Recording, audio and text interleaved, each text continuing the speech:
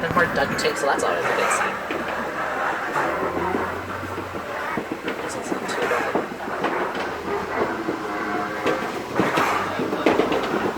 Here we go, and 2 sets of wheels, here we go. Ooh, that wasn't too bad, you guys had me worried, you were so quiet.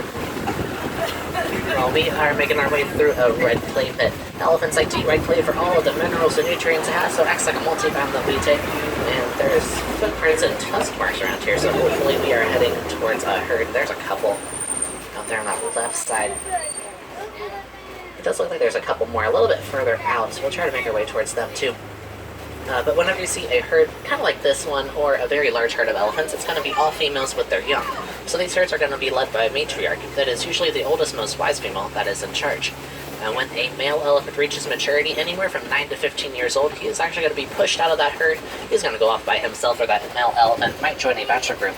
He will stay like that until the herd comes through to invite him in. Those elephant bachelor groups are very loose herds, so they don't really care if anybody comes in or goes out of them, and they're usually meant for the younger male elephants. Let's get a pretty good view of these elephants. Take a look at their trunk. At the very end of their trunk, they have 2 projections. So those 2 tips are going to act like a little pair of fingers. Those elephants use those little points, like a pair of fingers, help pick up smaller objects. Elephants use their trunks for just about everything. Eating, drinking, playing, fighting, name it. These elephants use their trunk for it. They have about 40,000 muscles in just their trunk alone, which is like insane, because we have like 650 muscles in our entire body. But our conservation team out here has discovered that elephants are afraid of bees. Elephants don't like the sounds the bees make, so a lot of farmers are starting to build fences out of beehives. So if these elephants get too close to the crops, they will trip a wire, which will aggravate those bees, and in turn scares away the elephants. It is a nicer way of keeping the elephants out of the farms, because the old way was just to poach them, so these elephants are benefiting off of it a lot, as well as the farmers, since the farmers can sell the honey that the bees make. But unfortunately, almost 96 elephants today are poached for just their tusks, which are made of ivory. As such a high number continues, the elephants do have the possibility of going extinct in 20 years.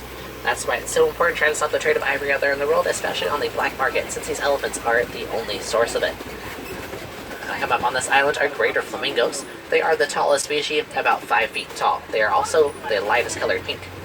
Baby flamingos are gray, so they get that pink coloration from all the brine shrimp that they eat, which is full of beta-carotene. So it takes them roughly about a year to turn that color.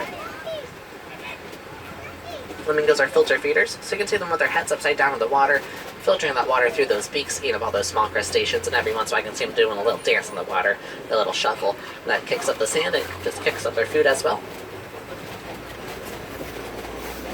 But a whole group of flamingos like that is going to be called a flamboyance. You can see anything is going to be hiding up around this curve here. Looks like there's something up on that hill moving around. Oh, there's some rhinos. Those are white rhinos. Fully grown, about 5,000 pounds. They are much, much larger than the black rhino that we saw earlier. And these are also very social rhinos. You can see that the black rhino is really pretty much gray, just like the white rhino here. Majority of rhinos are gray. The main difference between them are their mouths. The black rhino has a very narrow pointed mouth, when the white rhino over here has a very wide rectangular mouth. The Afrikaans name for the white rhino is Weit, which means wide, but that name got lost in translation when it went over to the Western world. Rhinos do have terrible eyesight. They can only see about 10 feet in front of them, but they are able to charge at 35 miles an hour. And since they have such terrible eyesight, they have very good hearing. You can see their ears switching back and forth, picking up all the sounds around them.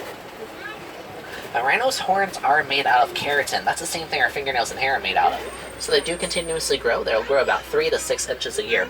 But they too, unfortunately, are poached for those horns. Their population is dwindling just as fast as the elephants' population is dwindling. The white rhinos are losing about 100 a day.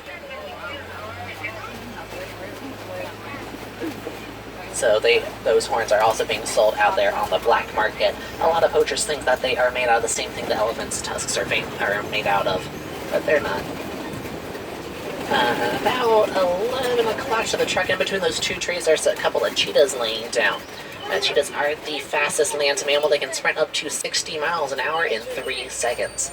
They have black lines under their eyes, which helps reflect away the sunlight, so it acts like a natural pair of sunglasses. If you guys watch football, you might see some football players who do the same thing. Cheetahs have non-retractable claws, so those claws are